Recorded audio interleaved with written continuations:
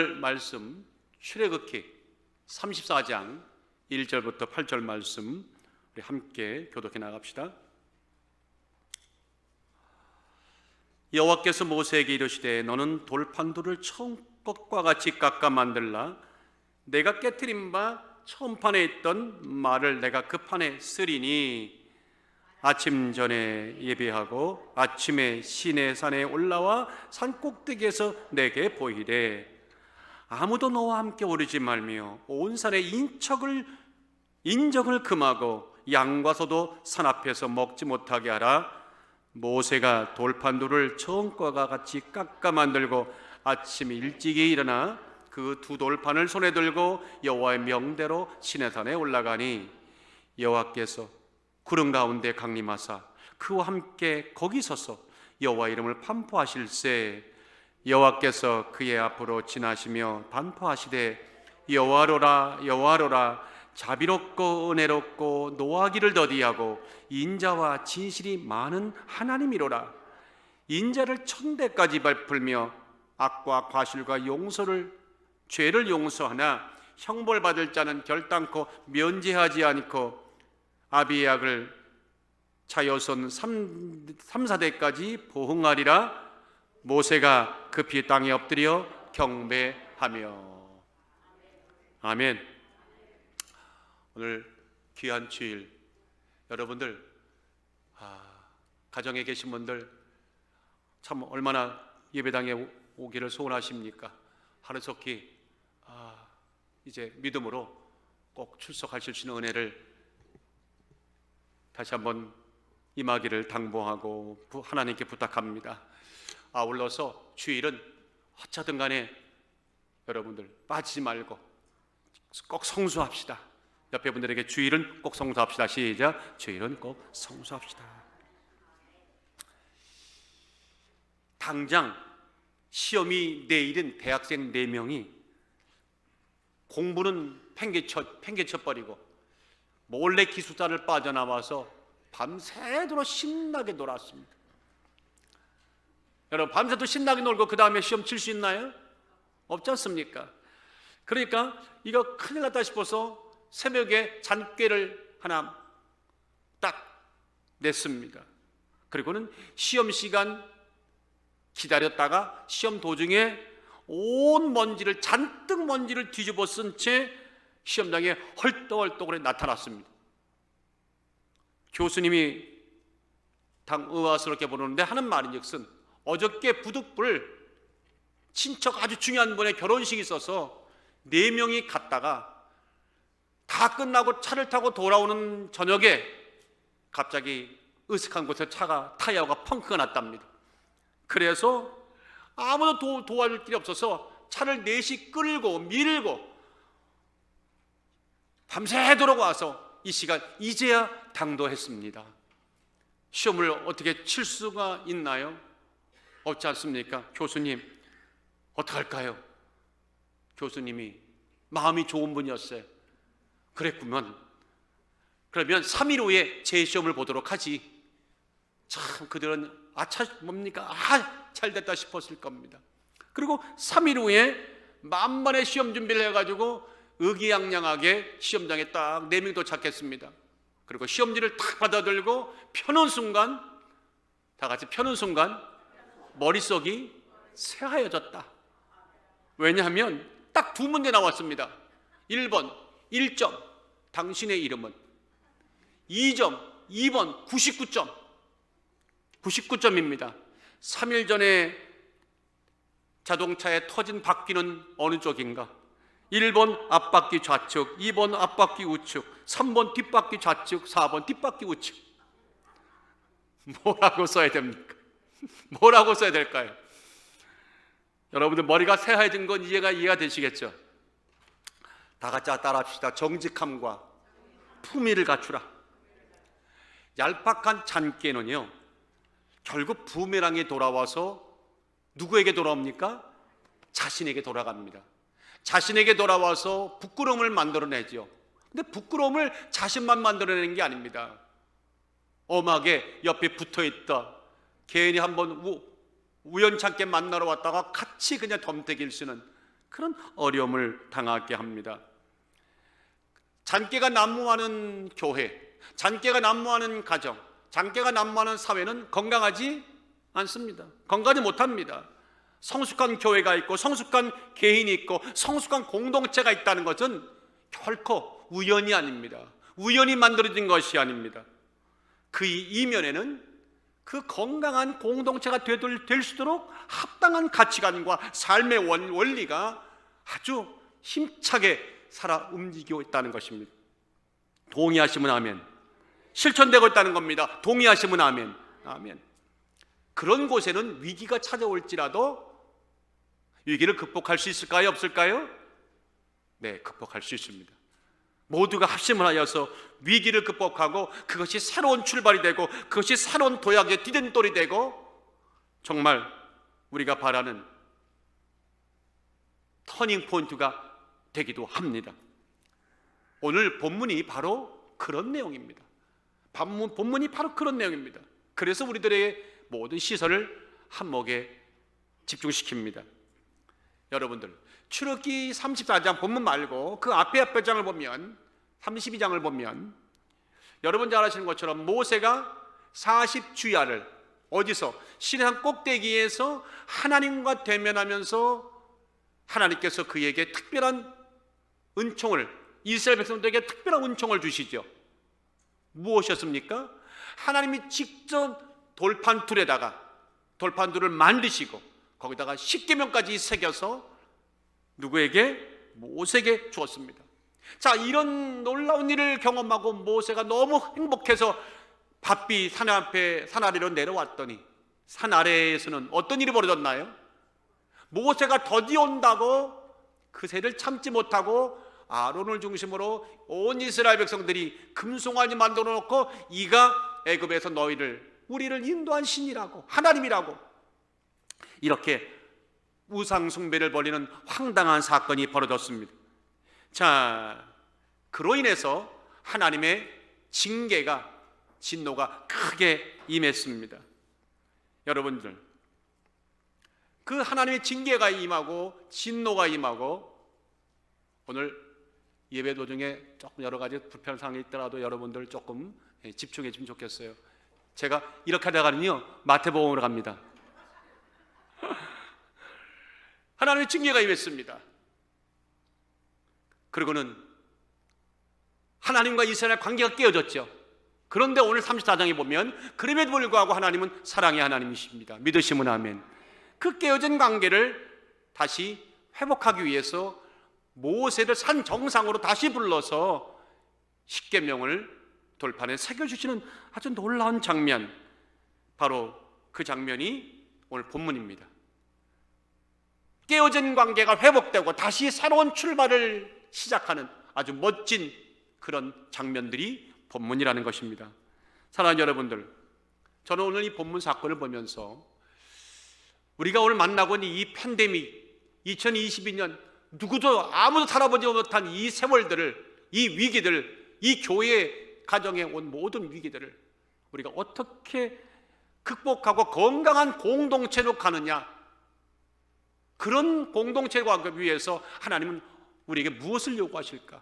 마치 깨어졌던 하나님과 깨어질 것 같았던 하나님의 관계가 다시 접목되고 화합되고 새로운 출발을 하듯이 그 관계 속에서, 그 말씀 속에서 우리가 나아가야 할 영적인 교훈을 얻고자 합니다. 하나님은 또한 그런 자들에게 매 순간순간 어떻게 역사하시는가, 오늘 이 해답을 꼭 받아서 깨어진 곳에는 세워지는 역사가 있기를 원하고, 결별된 역사 가운데는 다시 한번 화합과 만남의 역사가 이루어지기를 원하고, 상처받은 곳에는 위로와 또한 하나님의 격려가 임하는 역사가 있기를 주 예수 이름으로 축원합니다. 자, 이 모든 답이 어딨냐면 1절 상반절에 있습니다. 우리 한번 읽어볼까요? 시작. 여호와께서 모세에게 이르시되 너는 돌판 둘을 처음과 같이 깎아 만들라. 여러분, 이 한마디, 이 짧은 문장 가운데 앞서 말한 모든 질문의 해답이 여기 있습니다. 묻습니다.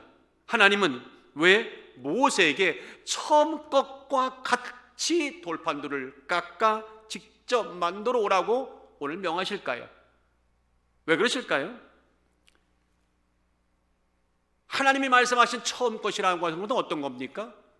방금 앞서 말했던 거, 출애굽기 32장에 나와 있는 하나님이 이스라엘 백성들에게 이제 국가로서 하나님의 축복받은 민족으로서 백성을 살 수 있도록 계명을 직접 만들어 주실 때 하나님이 돌판까지 예비하셔서 거기다가 새겨주셨던 바로 그것이 처음 것이죠. 그러므로 출애굽기 32장 16절에는 이렇게 말합니다. 그 판은 하나님이 만드신 것이요 글자는 하나님이 쓰셔서 판에 새긴 것이더라. 이렇게 분명히 기록하고 있습니다.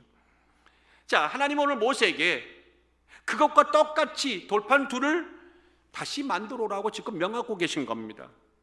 다른 점이 있다면 뭐가 다릅니까? 처음 것은 돌판을도 하나님이 만들으셨고 쓰시기도 하나님 쓰셨지만 이번 것은 돌판은 누가 준비해야 됩니까? 주무시나요? 돌판은 누가 준비합니까? 모세입니다. 모세가 깎고 다듬어 갖고 오라는 겁니다. 그럼 누가 쓰십니까? 하나님 쓰시겠다는 겁니다. 자, 왜 그랬을까요? 하나님이 처음 돌판을 만들 때 너무 힘을 많이 쓰셔갖고 이제 힘이 붙이셨어. 그래서 내가 기력이 없어서 네가 대신 만들어 와라. 그런 뜻이 그런 의미일까요? 아니면 뜻 없어. 그냥 심심해서 그렇게 얘기해 봤어. 뭐 그런 뜻입니까? 그럴 리 있다 없다? 그럴 리 없다. 하나님의 행동에는 하시는 모든 일에는 다 뜻이 있고 거기엔 깊은 하나님의 경륜이 담겨 있다는 겁니다. 자, 여러분들 정교하고 아름다운 혹시 그 돌판을 하나님이 만드실 자신이 없어서 모세에게 명하신 건 아닐까요? 이렇게 물어보면 돌 날라옵니다. 왜냐하면 이 우주상에서 이 우주공간 속에서 하나님이 만드신 돌판만큼 정교하고 아름다운 것을 만들 자가 있습니까? 없습니까? 결코 없습니다. 그러니까 사실 정교한 돌판을 원하셨다면 하나님이 직접 더 만드는 것이 온당한 것이죠. 그런데 오늘 모세에게 유독히 이거를 하라는 겁니다. 최고 인류 속공이라도 할지라도 감히 하나님의 깎고 빚음의 실력을 따라갈 수 없는, 흉내낼 수 없는 그런 것을 이미 우리는 알고 있는데 모세에게 만들어 오라는 겁니다. 자, 그럼 여기서 눈여겨볼 것이 있습니다. 물어봅시다. 여러분들, 현명하신 분들, 모세는 직업이 석공입니까? 돌을 다듬는 사람입니까? 돌과 연관 있는 사람입니까? 전혀 돌과 상관없어요. 그의 원래 일생을 돌이켜보세요. 40년 동안은 왕자의 신분으로 살았어요. 왕자가 돌 깎는 거 보셨습니까? 그럴 리 없습니다. 그 후 40년은 뭐로 살았어요? 미디안 광야에서 양을 치는 목동으로 살았습니다. 목동이 돌을 깎을 이유가 뭐가 있습니까? 그러니까 사실 돌과는 전혀 상관이 없습니다. 돌을 깎아본 적도 없고 그런 기술을 가져본 적도 없고 그러니까 돌을 깎을 만한 도구도 있었겠습니까? 없었겠습니까? 없었죠. 당연히 없었죠. 전혀 돌과 상관없는 그런 모세인데 그러면 하나님이 모세가 돌과 전혀 상관이 없다는 것을 아셨을까요? 모르셨을까요? 당연히 아셨죠. 당연히 잘 알고 있어요. 머리털 하나 세신 받은지 하나님이 그걸 모르시겠습니까? 직접 만드신 분인데. 그렇다면 왜 굳이 첫 번째는 만드셨는데 두 번째는 모세더러 돌과 전혀 상관이 없는 모세더러 직접 다듬어 깎아 만들어라 하실까요? 그런데 성경을 읽다 보니까 우리를 더 긴장케 만드는 것이 있어요. 모세를 긴장하게 만드는 것이 있어요. 자, 돌을 깎아 돌판 두 개를 만들라고 할 때에 한 일주일이나 열흘이나 넉넉히 시간을 줬다고 그랬어요? 아니면 아주 급박하게 하루 사이에 만들라고 하셨습니까? 성경 보니까 이틀도 아니고 하루 사이 밤새도록 만들어 오라는 겁니다. 정확히 날짜까지 정해줬어요. 기간까지 정해줬어요. 2절에 보세요. 아침 전에 예비하고 아침에 시내산에 올라와 산꼭대기에 내게 보이라는 거예요. 그 말이 떨어진 것이 그 전날인데 아침에 일찍 밤새도록 만들어서 아침 일찍 갖고 올라와 내게 보이라는 거예요. 갖고 오라는 거예요. 참, 다 같이 이럴 때는 황당하다. 시작. 황당하다. 이유는 아주 심플해요. 1절에 나와 있잖아요. 중간에 나와 있잖아요. 뭐라고? 너는 돌판들을 처음 것과 같이 깎아 만들라. 다 같이 시작. 내가 깨트린 바. You broke. 네가 망가뜨렸잖아. 네가 깼잖아. 따라합시다. 당신이 깼으니 당신이 갖고 와야지. 아주 성경은 심플해요. 하나님은 책임을 묻고 계시는 거예요. 마땅히 지어야 할 책임을 마땅히 지는 자가 지도자입니다. 왜 아멘 안 하십니까? 마땅히 지어야 할 책임을 마땅히 지는 자들이 그리스도인입니다. 아멘 하셔야 됩니다. 이게 가장 단순한 것 같지만 가장 어렵기도 하고 가장 우리가 못 지키는 게 이겁니다. 책임을 지라는 겁니다. 합당한 책임을 지어야 한다는 겁니다. 그것이 성숙한 신앙인이고, 그런 자들이, 직분 자들이 돼야 교회가 잘 세워져 갈 수 있다고 오늘 말씀하고 계신 겁니다. 모세야, 내가 처음 시계용 돌판을 깬 장본인이 아니냐? 내가 마땅히 책임져야지. 처음과 같이 똑같이 만들어 내 앞에 갖다 대령하라. 오늘 그것이 핵심입니다. 자, 정확한 팩트죠. 정확한 팩트입니다. 변명의 여지가 있나요, 없나요? 변명의 여지가 없습니다. 그런데 가만히 봅시다. 그럼에도 불구하고 지금 모세가 하루아침에 돌판 둘을 만들어야 한다고 한 이 일에 나름대로 억울한 면이 있습니까, 없습니까? 오늘 계속 묻으니까 답변들 못하시네. 억울한 면이 꽤 많아요. 억울하기 짝이 없어요. 나름대로 합당한 이유가, 깬 합당한 까닭이 있잖아요. 우리는 이미 알고 있잖아요. 출애굽기 32장 19절에 보니 시내 가까이 이르러 송아지와 그 춤추는 것을 보고 대노하여, 누가? 모세가 손에 그 판들을, 두 돌판을 산 아래 던져 깨트리니라. 이거죠. 모세가 죽을 힘을 다해 40일을 금식하면서 기적같이 살아나서 하나님의 은혜를 받고 이스라엘 백성들이 이제 거룩한 성민으로 살 수 있는 율법을 하나님이 직접 돌판에다가 만드시고 준비하시고 새겨주신 거 너무 좋아갖고 랄랄룰루하고 기분 좋게 막 그냥 허겁지겁 내려왔는데, 와보니까 이 산 아래에서는 이런 세상에 금송아지를 갖다 놓고, 그것도 아론 목사님이 중심이 돼가지고 온 재직과, 이렇게 말하면 현실적으로 나가죠. 온 재직과 장로님, 권사님, 집사님, 목장의 청지기, 지휘자, 반주자, 온 성도들이 합심으로 금송아지 놓고 하나님이라고 찬양하는 이런 황당한 일이 벌어졌습니다. 순간 모세가 격분을 했습니다. 도대체 이럴 수가 있는가? 이게 미친 사람들이지 하고 그때에 경노하면서 돌판들을 산 아래로 던져버렸습니다. 그리고 깨졌죠. 그러면 물어봅시다. 오늘 계속 물어볼 거예요. 모세가 했던 이 행동은 그저 사사로운, 혈기가 방장한 그런 행동입니까? 아무도 예스라고 말 안 할 겁니다. 그저 성낸 겁니까? 아닙니다. 그저 자신의 의리를 드러내고자, 뭔가 좀 뽐을 내고자, 자신의 의리를 드러내고자 돌판을 던진 겁니까? 아닙니다. 이거는 혈기도 아니고 뽐내려 하는 것도 아니고 성낸 것도 아닙니다. 빗나가도 한참 빗나간 저 산 위에서는 하나님께 심혈을 기울여 이스라엘 백성들이 제대로 살고 복을 받고 살고 은혜 받고 살 수 있도록 하나님이 하나하나 한 글자 한 글자 돌판에 글을 새겨서 계명을 새겨서 주셨는데, 그것도 모른 채 아래서 이렇게 악한 행동으로 하나님을 기만하고 하나님을 업신여기고 마치 하나님 없는 것처럼 했던 이 잔악한 행동에 대한 당연한 분노입니다. 다 같이 당연한 분노, 시작. 당연한 분노, 당연한 책망입니다. 이런 행동과는 철저하게 나는 합할 수가 없다고 하는 악에 대한 거부 행위입니다. 이거 칭찬받아 마땅한 행동입니다. 우리는 그거를 의분이라, 의로운 분노라, 거룩한 분노라 이렇게 말하죠. 자, 그래서 그날 모세가 화를 냈답니다. 분노하면서 돌판을 던지는 행위는 하나님의 분노가 어떤지를 드러내고자 하는 상징적인 의미도 있고 대리적 성격이 짙습니다. 자, 돌판이 깨졌다고 하는 건 뭡니까? 모세는 아마 그것도 염두에 두었을 겁니다. 이런 우상숭배한 너희들은 이제 하나님과 관계는 이제 깨졌다. 이 답답한 인사들과 하나님과 관계가 깨지면 그것이 뭘 말하는 줄 알아? 곧 죽음이야, 미래는 없는 거야 라고, 그런 의도도 아마 다분히 거기 깔려 있었을 겁니다. 언약궤가 깨졌다는 겁니다. 그런데 한편으로 보면 이런 경우가 있잖아요. 아버지가 아들을 책망할 때, 똑똑한 아들 같으면, 성숙한 아들 같으면 아버지가 나를 미워서 책망한다고 생각 안 합니다. 사랑하니까 책망한다고 합니다. 그렇게 생각할 겁니다. 왜 이런 말씀 드리는 줄 알죠?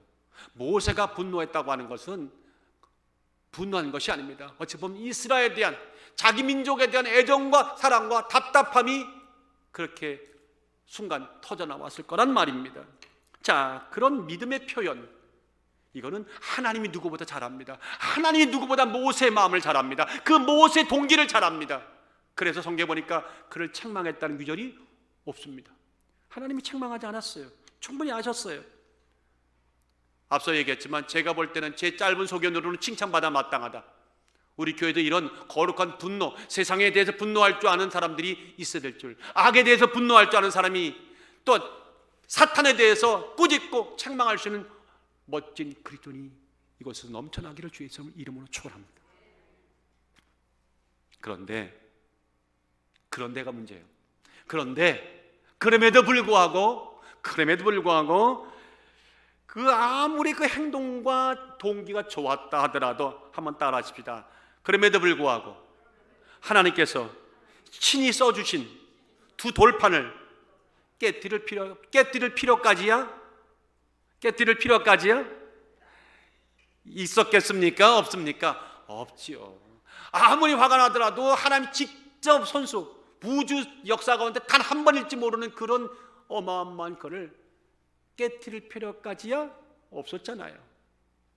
분노하는 걸 누가 뭐랍니까? 왜 깨뜨립니까? 그건 지나치는 행동이죠. 불필요한 행동이었죠. 하나님은 책망하지 않았지만 오늘 하나님은 묻고 계신 거예요. 책망은 안 했지만 책임은 져라. 네가 깼지 않느냐? 네가 가져와야지. 마땅히 모세가 책임져야 한다는 거예요. 그러니까 모세가 직접 깨진 두 돌판을 대신할 새 돌판을 만들어 오는 것은 이건 당연한 겁니다. 합당한 겁니다. 저는 성경을 보면서 늘 이런 성경의 목소리를 들었습니다. 책임질 것을 책임지는 것이 예의다. 하나님 앞에, 사람 앞에 책임질 것을 책임지는 게 예의고 믿음이고, 그것이 뭡니까? 아름다움이고, 그것이 뭡니까? 용기입니다. 우리가 11조를 얘기하잖아요. 11조를 드려갈 때 11조 내리면 큰 복을 받습니다. 어린 유아기 신학에는 그 말을 함이 옳은데, 그것이 유효한데, 여러분 같은 이렇게 고차원의 수준에 있는 분들한테는, 고차원 방정식하는 분들에게는 그런 말이 안 맞죠. 11조를 하나님께 드린다고 하는 것은 내 모든 것이 하나님 것인데 주신 것을 감사해서 내가 오늘 주신 이 삶을 책임지고 하나님 앞에 할 몫과 세상에 대해 할 몫을 책임지고 살겠다고 하는 용기의 표현이, 믿음의 표현이, 그것이 11조입니다. 그건 물질만 말하는 것이 아닙니다. 마음의 11조, 생활의 11조, 삶의 11조, 시간의 11조. 갑자기 오늘 여기 없는 내용을 하게 되는데, 책임이라고 하는 그 단어를 얘기하고 싶어서 이 말씀을 드리는 겁니다. 자, 그러면 봅시다. 잘못을 했습니다. 그럼에도 불구하고 온갖 이유, 명분을 들어가면서 자신의 책임을 누구에게 전가하거나, 내가 그 사람에게 핍박한 것은 그 사람이 나에게 먼저 핍박을 줬기 때문이라고, 아무도 모르는 근거 없는 그들만의 이야기, 의미 없습니다. 회피하거나 도리어 외면한다면 하나님 그거 기뻐하지 않습니다. 모세 입장에서 본다면 돌판을 둘을 깎는 것은 하나님이 준 어떤 기회입니다. 책임을 줄 수 있는 기회를 주고 있는 거예요. 자, 그러면 물어볼게요. 하나님이 책임을 줄 수 있는 기회를 주셨는데 과연 하룻밤 사이에 돌판 둘을 깎아 다듬는 일이 쉽습니까? 어렵습니까? 제가 볼 때는 어려워요. 저같이 오늘 이 페니엔 같은 연장 한번 못 따라본 사람은 요번에 얼마 전에 저 헤이로 와가지고 우리 집 곳곳에 물어줬는데, 나 정말 거기까지 이야기합시다. 그래도 망치 들고 나가서 해보니까 하긴 하는데 해놓고 보니까 야 정말 안 하니만 못했다. 이 쉬운 게 아니더라고요. 매우 어려운 일이죠. 책임을 진다고 하는 것은 이렇듯 어려운 일입니다. 당시 모세는 나이가 80이 넘은 고령의 나이예요. 여러분들 오늘 권사님들 밤새도록 하나님의 명령하시기를 돌판두들 잘 깎아가 다듬어 갖고 끙끙매고 올라오라고 하십니다. 아멘 안 하시잖아요. 나보러 죽으라고 하세요. 아마 이렇게 나올걸요. 석공도 아닙니다. 평생 해본 적도 없습니다. 손에는 굳은 살도 안 배긴 아주 깨끗한 손입니다. 왕자의 손이었죠. 그나마 그래도 오늘 모세는 40년 목동생활을 했기 때문에 저보다는 낫습니다. 근데 그래도 돌을 다듬는 것은 아닙니다. 쑥맥인 모세가 밤새도록 하나님이 또 만들어 오라 했으니 얼마나 잘 만들어야 되겠어요, 장로님. 온 힘을 교여갖고 하는데 그게 제대로 되겠습니까? 돌 튀죠, 여기 튀고 저기 튀죠. 하다 보니까 망치로 또 돌을 정을 찍다는 게 내 손을 쪄가지고 피가 나지요. 아마 밤새도록 이럴 땐 전문 용어로 난리 부르스를 쳤을 것이다 이렇게 말하죠. 아침에 보니까 온몸이 다 상처투성이 충분히 상상이 가죠. 책임을 지는 것은 쉬운 것이 아닙니다. 그런데도 성경을 보니까 그렇게 밤을 보내고 아침에 정상을 올라가는 말씀에 순종하여서 그 80의 노구가 무거운 돌판들을 들고 길도 없는 산악길을 향해서 정상까지 올라가는 그 모세, 그 순종함에 우리는 성경의 행간에서 보는 그 모습에 고개가 절로 숙여지고 야 이게 정말 책임지는 자세구나 하는 마음이 들어야 됩니다. 드는 것이 당연한 겁니다. 철저히 순종하는 모세, 책임지는 모세, 불평한 모세 없습니다. 원망하는 모세 안 보입니다. 서툰 솜씨지만 깎은 두 돌판을 인해 감사하는 모세만 보입니다. 어딨냐고요? 저는 4절의 행간에서 그 모습을 보았습니다. 모세가 돌판들을 천껏 같이 깎아 만들고 아침 일찍 일어나, 우리가 말 그대로 일찍 일어났다는 말은 아닙니다. 일찍도 일어났지만 감사함으로 밤새도록 서툰 솜씨지만 열심을 다해서 하나님께 가져가야지 하고 일찍 일어나서 돌판을 손에 들고 여호와의 명대로 시내산에 올라가니 아멘. 이번에 본 말씀을 준비하면서 그냥 잔잔한 생각들이 많이 왔어요. 건강한 공동체, 건강한 교회, 건강한 가정, 건강한 사회, 은혜가 충만한 사회가 되려면 필수적인 것이 있습니다. 책임을 져야 됩니다. 책임은 내가 지는 것이 아니라 묻는 자의 방법대로 책임을 지는 게 옳은 겁니다. 내가 1,000만 원을 남에게 피해를 입혔으면 그 1,000만 원에 해당한 것과 마음까지 실어버려 주는 것이 진정한 보상이고 배상이고, 책임지는 것이 내 수준은 난 100만 원밖에 못하겠다고 한다면 어떤 특별한 이유가 서로 이해가 되지 않고서야 그는 책임지는 거라고 볼 수는 없지 않습니까? 여러분들, 그런데 저는요, 자신의 잘못과 실수를 인정하고 기꺼이 돌판투를 만드는 모세의 이 모습도 아름다웠지만 사실 이 행간을 가만히 보세요. 누구보다 모세가 순종했던 이 이면에는요, 분명히 그가 백성들보다 더 일찍이 알았던 것이 있어요. 뭐냐면 섣부르게 분노하고 돌판을 깨는 순간 이것이 무엇을 의미하는지를 누구보다 모세는 알았을 거예요. 아마 마음속으로 이건 아닌데 차차 하고 느꼈을 거예요. 무슨 말인가 하면 돌판이 갖고 있는 영적인 의미가 어마어마했다는 겁니다. 모세가 깨뜨린 것은 단지 두 돌판이 아니라 하나님과 이스라엘 백성 사이에 맺어진 다같이 결혼 언약. 시작. 결혼 언약. 이 결혼 언약을 히브리 말로 게투바라고 합니다. 다같이 케투바. 시작. 케투바. 이거는 진짜 이스라엘 사회에서는 있어요.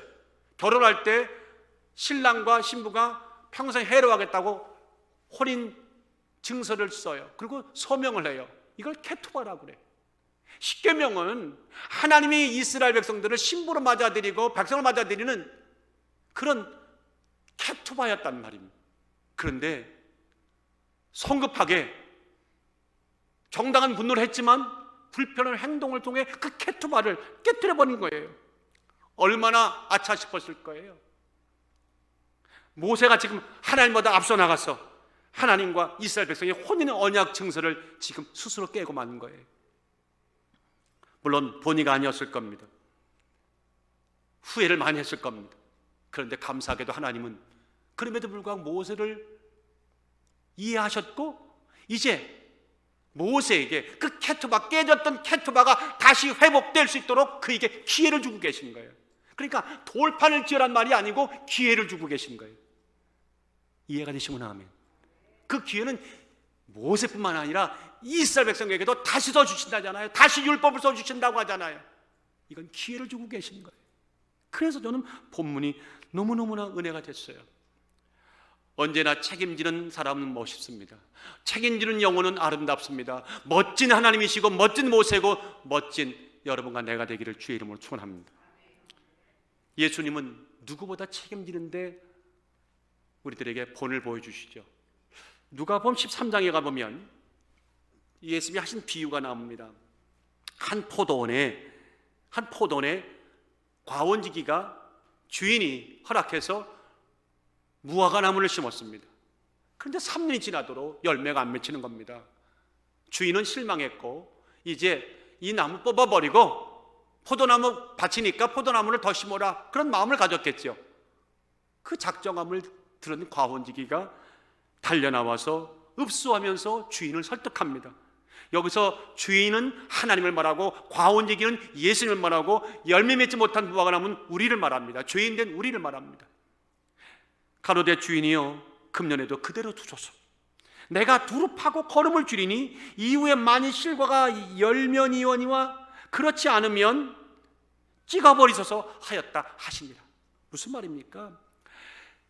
3년 동안 열매를 하나 맺지 못한 무화과 나무가 마치 자기의 과실인 양, 내가 잘못한 양, 과원지기 예수님은 죄인 되는 우리가 우리의 뜻대로 죄를 진 건데 마치 예수님이 잘못하신 양 하나님 앞에 나와, 주인 앞에 나와 읍수하는 겁니다. 잘못했습니다. 내가 책임지겠습니다. 1년만 나에게 시간을 달라는 거예요. 여러분들, 한 해 동안 돌봐서 열매를 맺지 못하면 어떡합니까? 그럼에도 불구하고 책임을 지려는 이 과원주의의 모습, 예수님의 모습에서 책임이 뭔가, 어떻게 지는가를 우리는 보게 되는 겁니다. 저는 이 비유를 보면서 행간에 이런 뜻이 있다는 걸 깨닫게 됐습니다. 여러분 물어봅시다. 처음에 제가 무화과 나무를 심었던 밭이 일반 밭이라고 했습니까? 포도나무 밭이라고 했습니까? 포도나무 밭이라고 했습니다. 이제 감 잡히시죠? 포도나무 옆에는 다른 나무들이 잘 자라지 않습니다. 그런데 3년 동안을 무화과나무에 뒀는데 그래서 열매가 안 맺힌지 모르죠.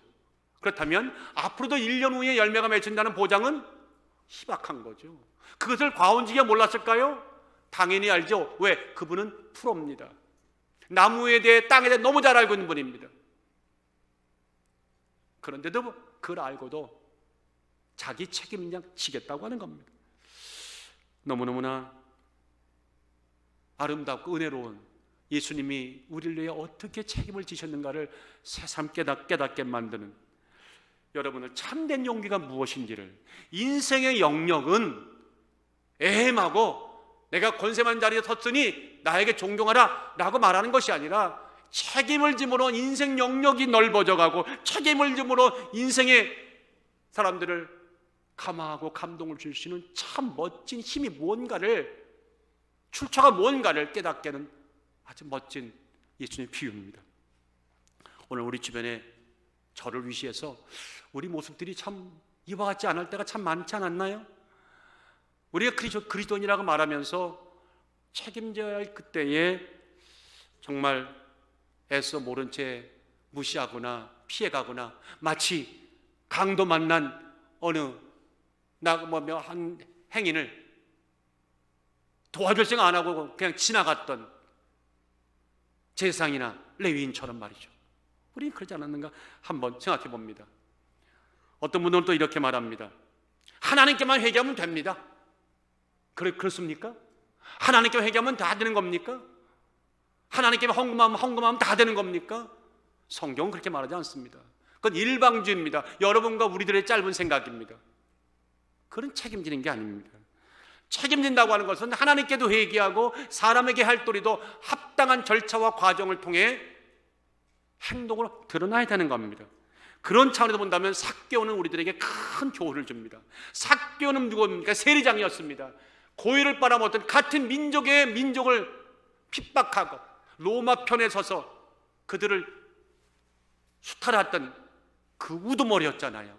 근데 삭개오가 예수를 만난 순간에 완전히 변화되면서 그가 회개할 때 어떤 모습으로 삶이 행동으로 드러났나요? 누가복음 19장 8절에 보세요. 삭개오가 서서 주께 여짜오되 주여 보시옵소서, 내 소유의 절반을 가난한 자들에게 주겠사오며 만일 누이 것을 토색 불법적으로 취한 것이 있다면 4배나 갚겠나이다. 이걸 여러분들 만용이라 보십니까? 정신 나간 사람이네. 그냥 예수님에게 잘 대접하고 한번 칭찬받으면 될 일이지 4배까지 간다고? 이제 모아놓은 재산 이제 다 거덜난다는 얘기입니다. 그럼에도 불구하고 이 이야기가 주는 교훈이 뭡니까? 책임은 이렇게 지는 것이다. 이거 아닙니까? 영적인 책임 중에서 저는 가장 큰 책임이 뭐냐고 생각하면 영혼에 대한 책임입니다. 다 같이 영혼에 대한 책임. 우리 모두는요, 먼저 된 우리들은요, 저 교회 밖에 있는 막 죽어가는 저기가 천국이라고 스스로 자부하는 영원히 못 든 저 예수 못 만난 영혼에 대한 막중한 책임이 우리에게 있다는 겁니다. 근데 우리는 그 책임은 언제부턴가 도외시되고 나나 내 영혼 하나 건사하기가 허겁지겁한 참 불편한 현실 속에 빠져 있습니다. 이제 조금 터닝 포인트가 와야 됩니다. 한 개개인의 터닝 포인트가 와야 됩니다. 내가 살아가는 이 삶은 하나님께 책임을 주심으로 예수 안 믿는 영혼에 대한 의식과 생각이 조금 더 이제 넓어져야 되고 깨워져야 된다는 사실입니다. 동의 안 하시나요? 네. 모세가 그랬습니다. 돌판 2개만을 책임지고 깎아온 정도가 아닙니다.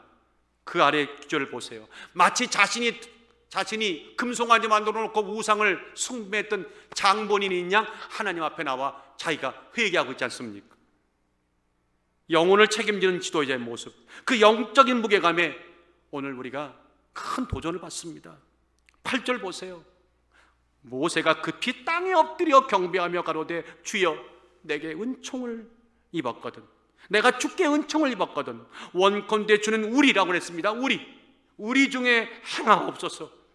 이는 목이 고든 백성입니다. 알고 있습니다. 하나님, 우리의 악과 죄를 사하여 주옵소서. 우리로 주의 그리고 기업을 다시 삼게 하여 주옵소서.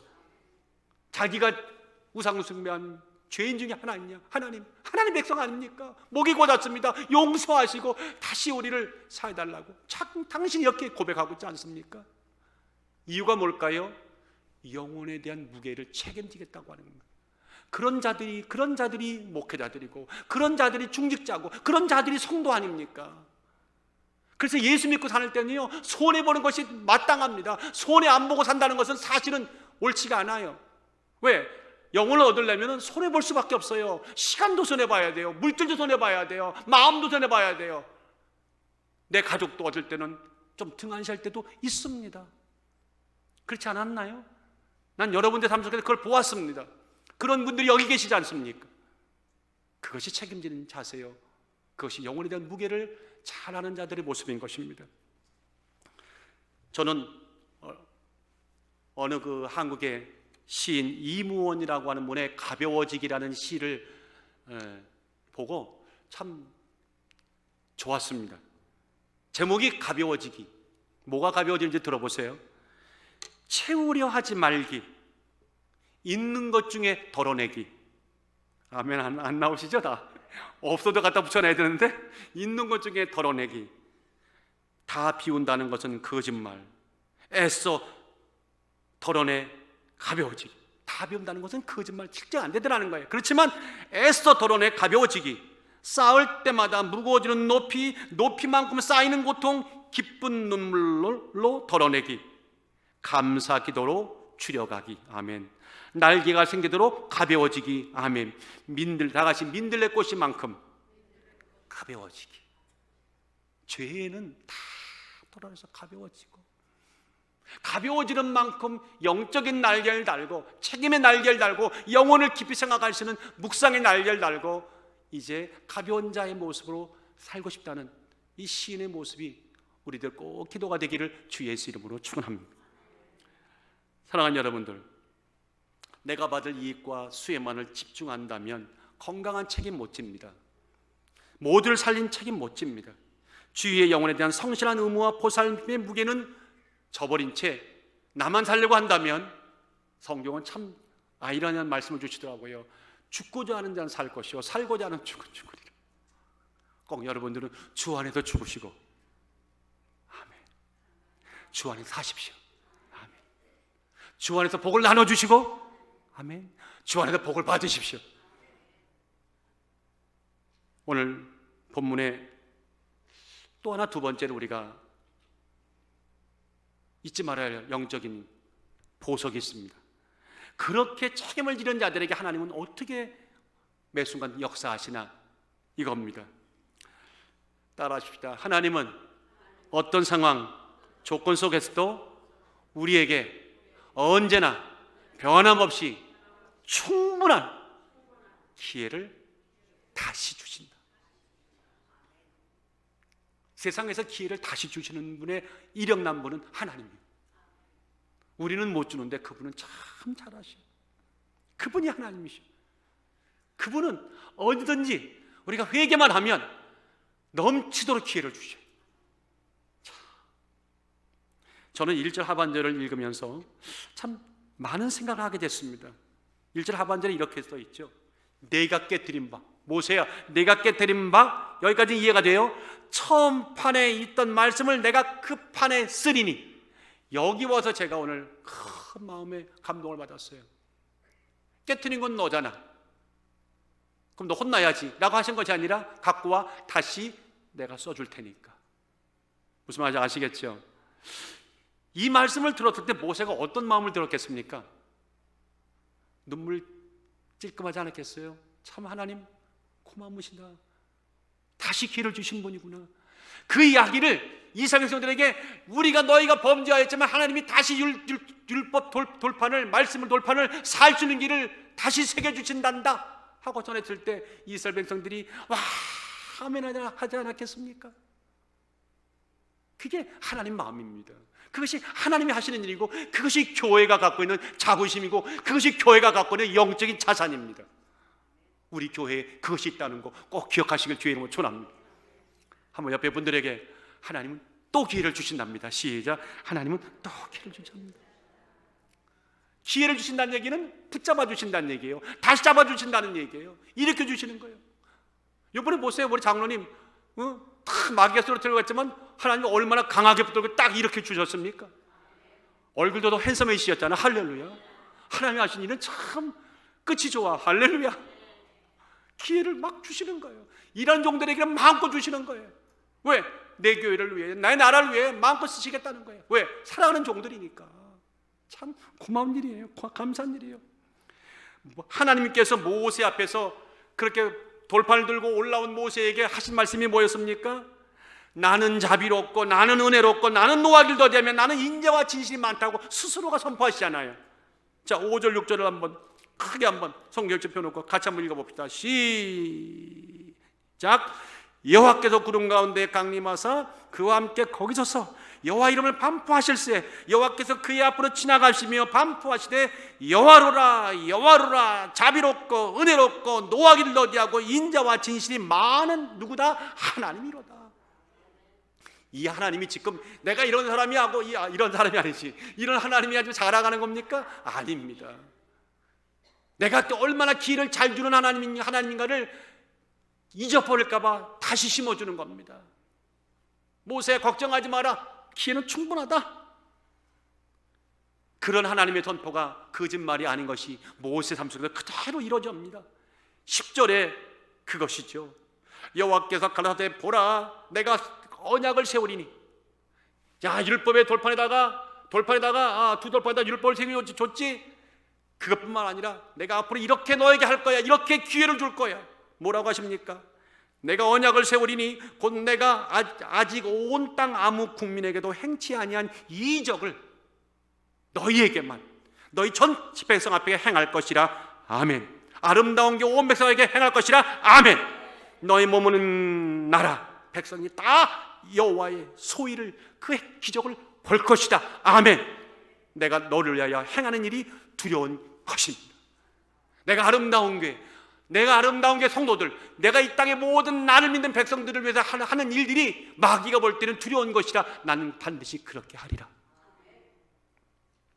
사랑하는 여러분들, 이것이 하나님이 기회를 주시는 모습입니다. 아주 오래전에 영화 한 편이 있었답니다. 이반 얼마일이라고 하는 영화인데, 거기에 하나님 역을 맡았던 모건 프리맨이 했던 그 대사가 오랫동안 사람들에게 회자가 된 적이 있었습니다. 묻고 싶습니다. Let me ask you something. 이렇게 나옵니다. 묻고 싶습니다. 만일 누가 인내심을 달라고 기도하면 하나님은 그 사람에게 인내심을 주실까요? 주실까요? 혹은 인내를 바랄 수 있는 길을 주실까요? 만일 누가 용기를 달라고 기도하면 하나님은 그 사람에게 용기를 주실까요? 혹은 용기를 바랄 수 있는 기회까지 주실까요? 만일 누군가가 가족과 좀 더 가까워지게 해달라고 기도하면 하나님은 재빠르게 묘한 아주 좋은 감정이 들게 만들어 주실까요? 왜 답변 안 하시는 거예요? 혹은 서로 사랑할 수 있는 길을 주실까요? 답은 무조건 예스입니다. 참 멋있는 거예요. 너무나 멋있잖아요. 언제든지 하나님은 예수요. 최수범 목사 생각이죠? 아니요. 고린도후서 1장 3절에 말합니다. 찬송하리로다. 그는 우리 주 예수 그리스도의 하나님이시요 자비의 아버지시요 모든 위로의 하나님이시며 모든 환난 중에 우리를 위로하사 우리로 하여금 하나님께 받는 위로로서 모든 환난 중에 있는 자들을 능히 위로하게 하신 이로다. 우리만 위로받을 뿐만 아니라 위로하게 만드는, 그렇게 만들어주는 하늘아버지가, 하나님 아버지가 우리 아버지시다. 여러분들, 세상의 모든 운동 경기에는 말입니다, 패자부활전이라는 게 있잖아요. 모르시나요? 패자부활전이라는 게 꼭 있습니다. 어떻게 열심히 했는데 졌습니다. 그러니까 그 안타까운 걸로 끝내는 것이 아니라 한 번 더 진자들 모아가지고 부활할 수 있는 경기를 주는데, 세상에서도 패자부활전이 있는데 하나님 나라 법칙에서 패자부활전이 없다면 얼마나 싱겁겠습니까? 명성아 집사님, 그렇잖아요? 싱겁지 않겠어요? 우리에게는 뭐가 있다? 패자부활전이 있다. 무조건 떨어뜨리는 것이 하나님 법칙이 아니라 하나님은 어찌하든 붙여주는 것이 하나님의 시험이요. 참 감사한 일이잖아요. 하나님이 영적으로 보면 매 순간이 패자부활전이야. 여기 패자부활전 거쳐서 오지 않은 심령 있으면 나와보세요. 한 사람도 없어. 저뿐만 아니라 장로님, 권사님, 안수사님 다 패자부활전 다 거친 분들이요. 한번 서로 맞아보시고 수고하셨습니다. 시작. 수고하셨습니다. 한 번씩은 다 시험 들었잖아요. 한 번만 시험 들었어요? 어떤 분은 365일 시험 들어. 그런데도 1년에 부활절 되면 다 부활하더라고. 할렐루야. 성탄절 되면 다 성탄이 되더라고. 할렐루야. 하나님은 패자부활을 잘 지키시는 분. 커다란 실수, 실패로 인하여 다시는 일어설지 못할 것 같은 사람도 마침내 일으켜 주셔. 지금은 어떻게 해보려고 하는데 마음이 안 움직이는 거라. 발이 너무 멀리 가는 거라. 멀리 갔더니 처량하고 뻔한 발걸음밖에 안 돼. 그 발걸음이 천근만근이라 교회로 안 움직인다 할지라도 나는 믿어요. 우리는 믿어요. 하나님은 그 무게보다 크신 분이라 그 발걸음을, 육중한 발걸음을 한 발짝 다시 교회로, 하나님 집으로 인도하실 것입니다.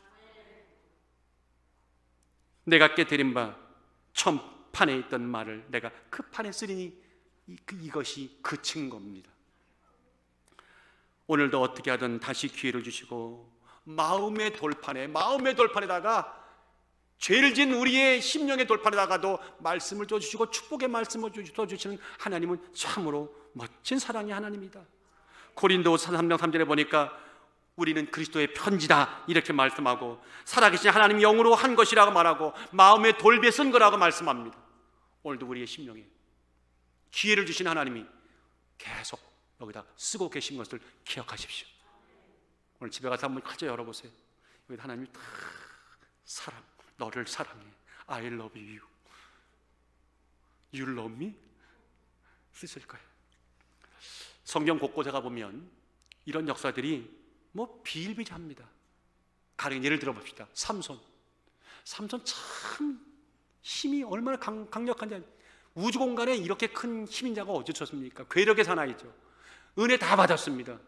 근데 삶은 전문용어로 개떡같이 살았습니다. 근데 하나님은 개떡같이 산 인생을 버리지 않았습니다. 마지막 죽어가면서도 얼마나 개떡같았냐면 원수 한 분 갖게 해달라고. 마지막 기도가 이건 너무 좀 초라하지 않습니까? 삼손이 여호와께 부르짖어 가로되 주 여호와여 구옵나니 나를 생각하소서. 하나님이여 구옵나니 이번만 나로 강하게 하사 복음을 전도하게 하소서. 노 블레 사람이 나의 두 눈 뺀 원수를 단번에 감게 하소서. 나 천국 가서 물어볼 거야. 삼손 스타일 구겼어요. 당시 마지막에도 그렇게 하면 안 되지. 그런데도 하나님이 스타일 구긴 기도를 응답하셨습니까? 안 하셨습니까? 세상에 하나님 마음도 좋으시오.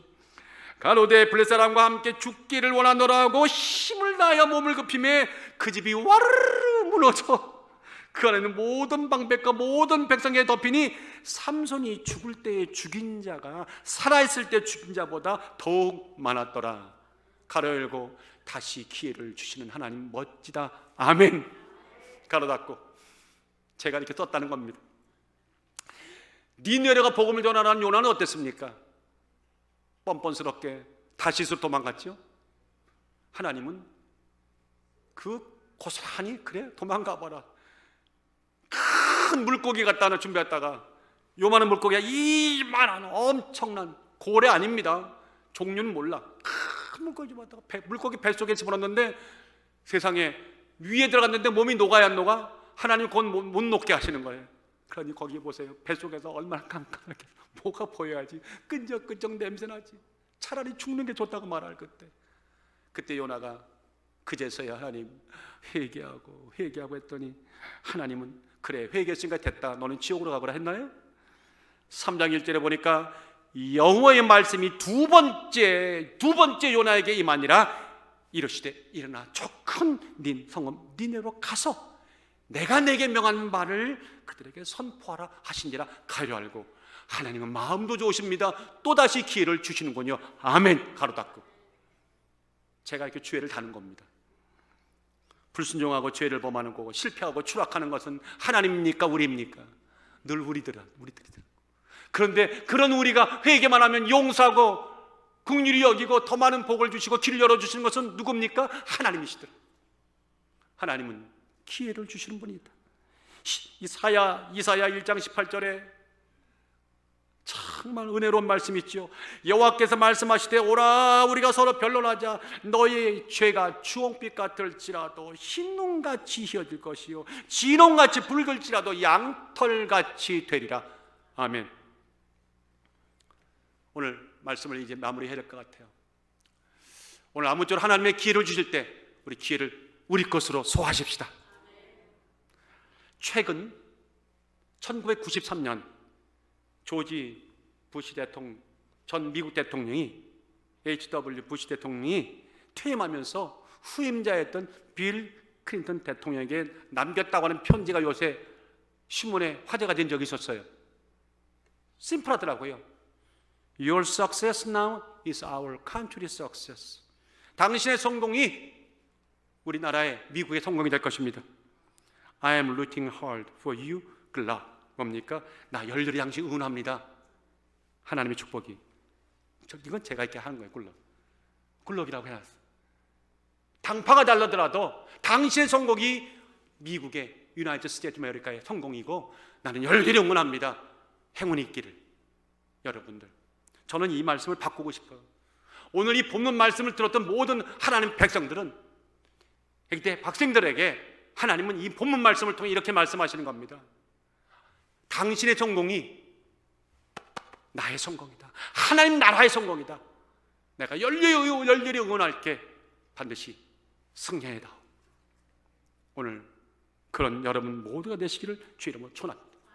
당면한 위기를 극복하고 바람직한 공동체, 가정, 나의 삶이 되기 위하여서 하나님은 늘 물으시죠. 정직하게 책임을 져라. 책임을 지는 것은 내 방식이 아닙니다. 책임을 묻는 자의 방식대로 책임을 져야 되는 겁니다. 이것이 성경적입니다. 안 되면 가르쳐야 됩니다. 두 번째 뭔지 아십니까? 어떤 상황과 환경 속에서 하나님은 여전히 다시금 기회를 주신다. 오늘 그런 놀라운 날 5월 셋째 주가 되시기를 주의 이름으로 축원합니다.